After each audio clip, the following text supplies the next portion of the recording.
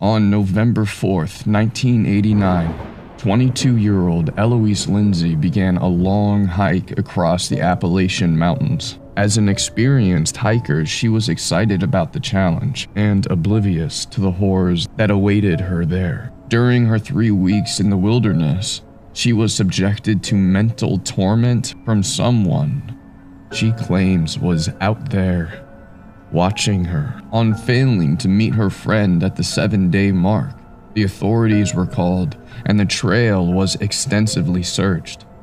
3 weeks later, Eloise was found on the brink of death and rushed to the hospital. As soon as Eloise stepped into that trail, her life changed forever. And this is her account, which she told her college reporter friend Anna Gallo in January 1990. I'd recently graduated from college and I had no idea what I wanted to do with my life. All of my friends had jobs to go to and knew their purpose in life, but not me. I felt like I hadn't found my place in the world. I'd always found solace in nature, ever since I'd been a kid. As I used to go on long hikes with my grandpa, being out in the wilderness with just my own thoughts for company was exactly what I needed to hopefully find myself. I'd always wanted to hike in the Appalachian Mountains, so it kind of felt like it was now or never. As I saw it, when else in my life would I have the freedom to just go for it and do something like this? My friend Jen thought it was a great idea and encouraged me to do it. She even agreed to meet me at the 7-day mark at a particular meeting spot so she could give me fresh supplies and join me the rest of the way. I appreciated that gesture, as I knew she wasn't into the whole surround yourself in nature thing. At least not as much as I was. So her agreeing to do this for me meant a lot. My parents were cool with my decision to do this too. I think they were just glad to have me out of the house. They could see how confused I was, and I knew they just wanted the best for me, and for me to figure this stuff out. They also knew that when it came to hiking, I knew what I was doing. My mom even drove me the 4-hour trip to the starting point. We went through my checklist to make sure I hadn't forgotten anything, and she hugged me tightly and told me to be careful out there. I waved goodbye to her, feeling positive about the whole experience. I was so excited about it all. If only I knew then what lay in store for me, I would have turned around and gotten far, far away from that place. But I didn't know what was going to happen, so with my map and my compass in hand, I stepped into the wilderness. The first 2 days were everything I imagined them to be and more. I think I saw a max of 3 people, and that was back on the first day, close to the entrance. Soon, it was just me and nature. That time of year, it was transitioning from fall to winter. I loved crunching across the golden brown leaves and looking at the patchwork of colors. I'd lucked out on the weather, and the dry, breezy days were perfect for keeping up the pace. I just walked and walked without any worries. It was such a good feeling knowing that I was in control and that I was doing what I wanted. My mind finally felt clear. On the second night, I camped just off the trail surrounded by pine trees. I slept without a worry in the world. So how did I wake up to this nightmare? It's hard to explain, but I sensed something was wrong. I went through the mental checklist, making sure I hadn't taken a wrong turn on the trail or forgotten something really important. I just couldn't work out what it was that was making me feel so uneasy. And that's the first time. Being out there, I felt truly uncomfortable. I had no way of contacting anyone. I just had to push my doubts and just get on with it. I packed up my tent, I triple-checked all my equipment, and I told myself to relax. Just relax and focus on the trail. I was tying my bootlace on top of a rock when I swear I saw something there. Through the trees, about 40 feet away. I kept on looking. They were partially hidden by the trees, but I saw enough to know it was a man. And he was looking directly at me. I stared at that spot, frozen with fear and unable to hear anything over my hammering heartbeat. Then the next second, that man, he vanished. I didn't dare move. I was too freaked out. I felt like a rabbit caught in headlights. I knew what I saw, but being a practical thinker, my mind immediately tried to find the logic. It could have been another hiker, or maybe I was homesick, or something like that, and that was causing me to imagine things. Even thinking this was just dumb. I knew I didn't imagine it, and if it was another hiker, then why did he lurk behind the trees and stare at me like that? That wasn't a normal thing for hikers to do. That was unsettling and very weird. I wanted to get away from that spot quickly. So I grabbed my backpack and I went on my way. I walked as fast as I physically could, so I could make some distance between me and that spot where I saw that man. I'd been walking for about an hour and I stopped for a water break. As soon as I stopped, I felt that same sense of dread as I had done before. I swear something was out there, still watching me. I quickly continued moving, but this time, as I walked, I couldn't shake off that uneasy feeling that I wasn't alone. I peered back so many times and I couldn't see anyone. I knew it, though. I just knew someone was out there watching me through the trees. All I could think about was how I was in the middle of nowhere without anyone to help me. I just had to keep on moving and hope that this watcher got bored of me. I walked so much that day, and the feeling of being watched only intensified as the sun began to set. I had that terrifying realization that I was going to have to stop soon. I would have to spend all night at the mercy of whoever was out there watching me. But I was so exhausted. There wasn't a part of me that didn't ache. Yet, as I set up camp, I couldn't switch off.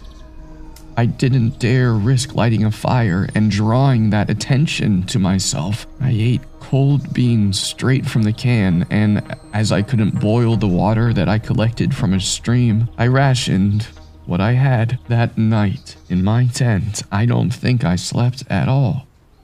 I jumped at every rustle and movement that I heard, but I also flinched right through the silence.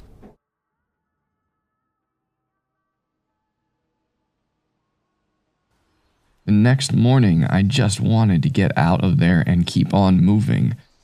I must have been running on pure adrenaline.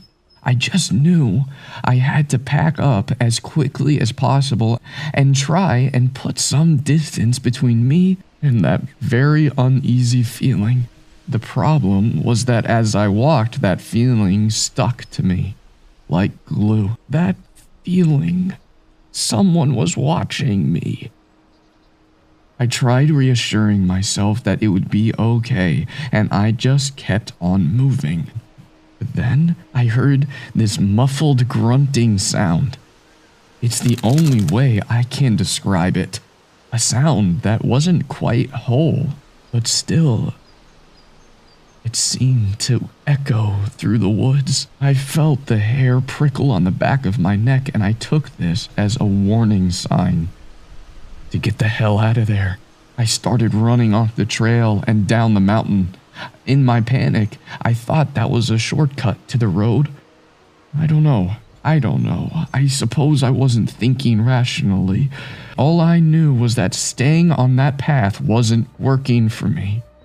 Maybe whoever was watching me wouldn't expect me to veer up from the path, and then I'd be safe. Only the noises followed me. Every time I took a breath or looked around me, I caught a shadowy glimpse through the trees for I heard a muffled grunt. It was terrifying.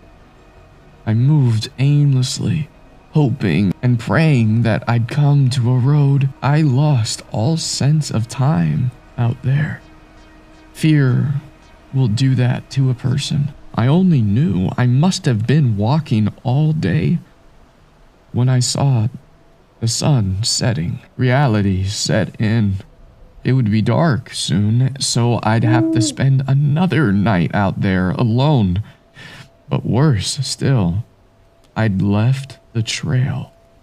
So now I had absolutely no idea where I was.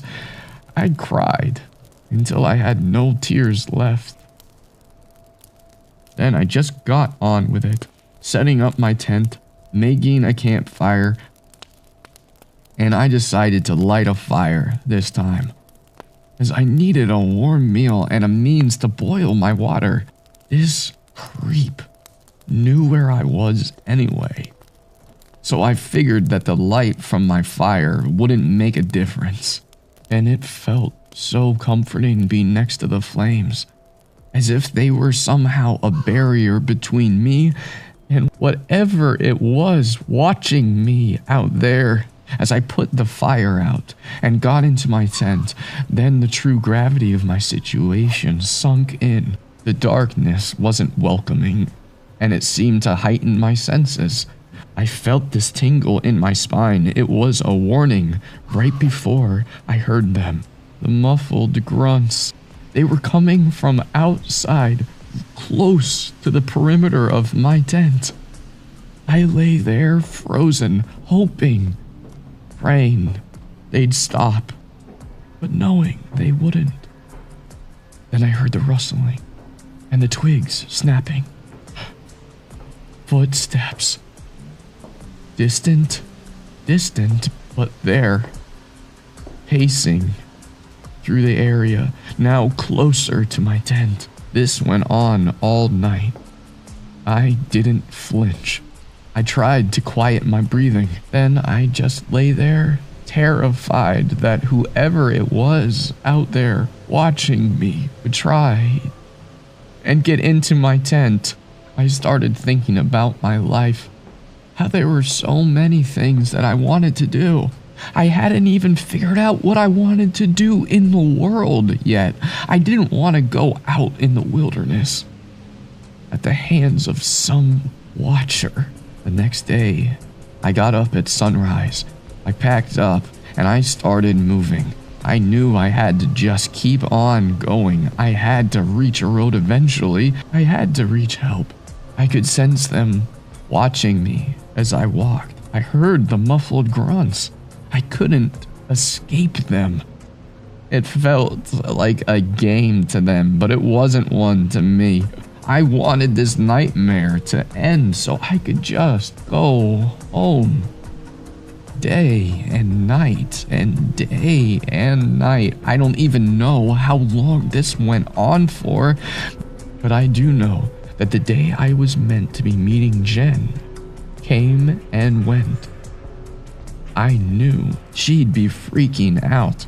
I should have been there, so the fact I wasn't meant that she'd know that something was drastically wrong. As I set up camp and I tried to mentally prepare myself for another night of mind games and torment, I tried to give myself some solace in knowing that Jen would have alerted the authorities. Rangers would be searching for me. My body stiffened and my mind ached. It dawned on me that they would be looking for me, all right, but in the wrong place. I'd veered off the trail days ago. I was lost in a nowhere land, being tracked like deer. A search team finding me was like a needle in a haystack. The only person who knew where I was the person watching me day to night. All day I felt them watching me and heard those muffled grunts. All night they paced close to my tent, I had broken sleep, alert to the notion that at any moment, whoever it was out there could break free of the shadows and force their way into my tent. I was rationing what little food I had left and picking the berries that I knew were safe to eat. As for any sort of weapon, I only had the rusty penknife, an old gift from my grandpa. I only thought I'd need it for sharpening twigs and other basics, not for defending my life. But I felt foolish for not bringing anything else. Anything that could help me defend myself as well as survive. I just didn't think I'd need it. Each day, I walked that little bit less. The fatigue and strain on my slim frame was a lot to cope with. My feet were raw with blisters, and each step I made was agony. I felt like I was going in circles. I'd seen that same curved tree multiple times.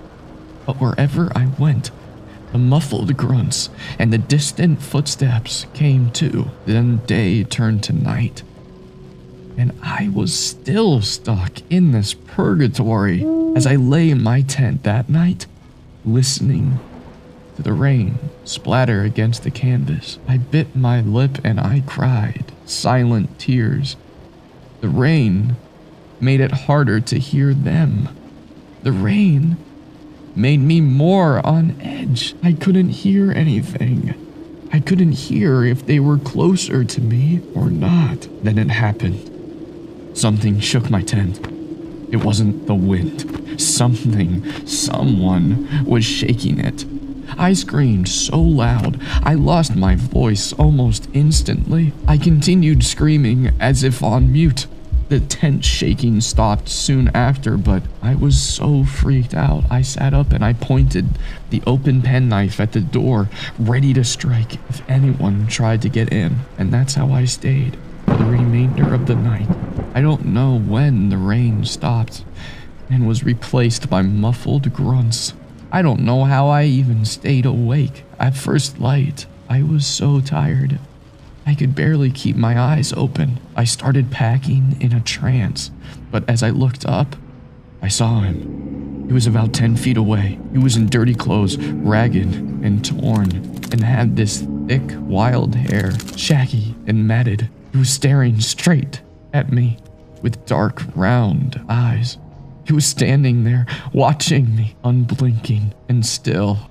I left my backpack and I ran. I didn't think about anything other than getting as far away from him as quickly as I could. When I eventually stopped running, the pain hit me tenfold. Agony seized through my body and I fell to the ground. I only had one hiking boot on, the lace untied. My other foot was a mixture of bloodied, ripped sock, shredded against my flesh. I didn't have time to properly look at it when I heard it, the muffled grunt.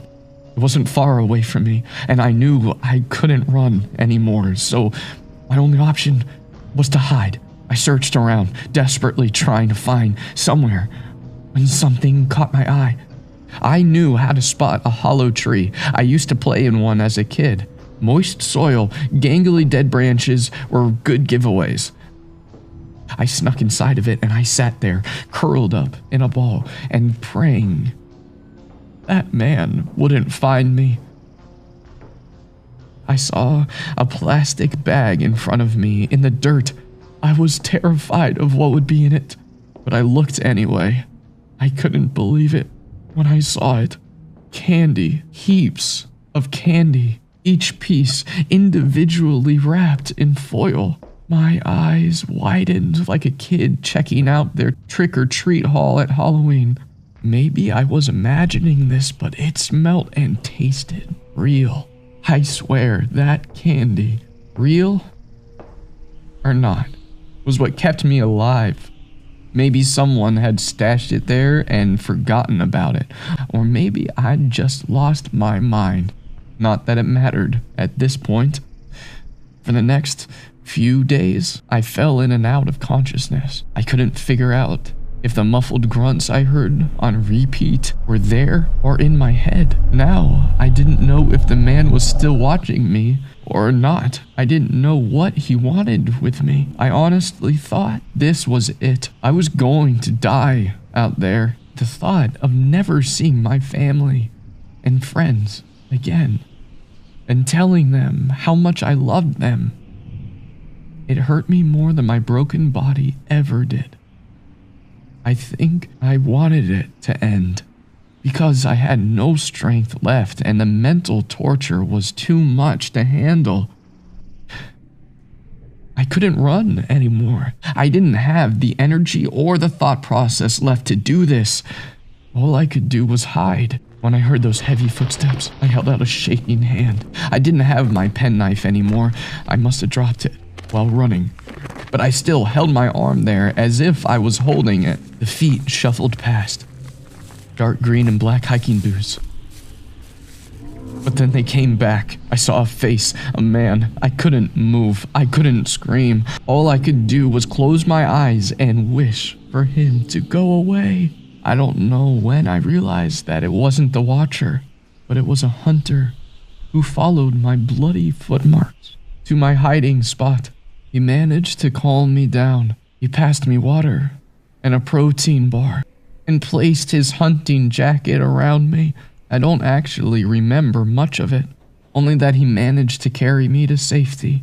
When I started to piece it all together in the hospital, I cried. I cried into the pillows and the static white linen. I cried until I knew that was it. My tear quota, it was up. I'd never cry again. It took a long time to convince myself that I hadn't died out there, that this was real. By some miracle, I hadn't died. I had my whole life in front of me.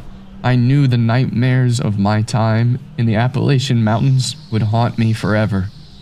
But life is short and unpredictable. Nightmares or not, I needed to grab life and live it.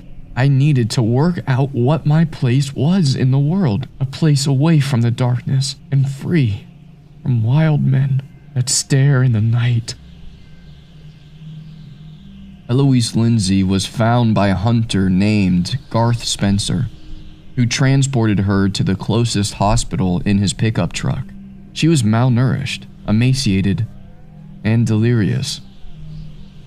To begin with, the doctors put her talk of Watchers down to her traumatic experience being lost in the wilderness, but Eloise remained adamant that she only strayed from the trail in the first place because someone was watching her. This isn't the first time wild men have been reported being seen across the Appalachian Mountains. Legend tells of a tribe of feral humans known as the wild men who live off the land and, on occasion, have stalked, attacked, and tormented hunters, rangers, and hikers. Something happened to Eloise in the Appalachian Mountains. Something so terrifying that she dropped all of her equipment, therefore putting herself in more jeopardy to try and outrun it.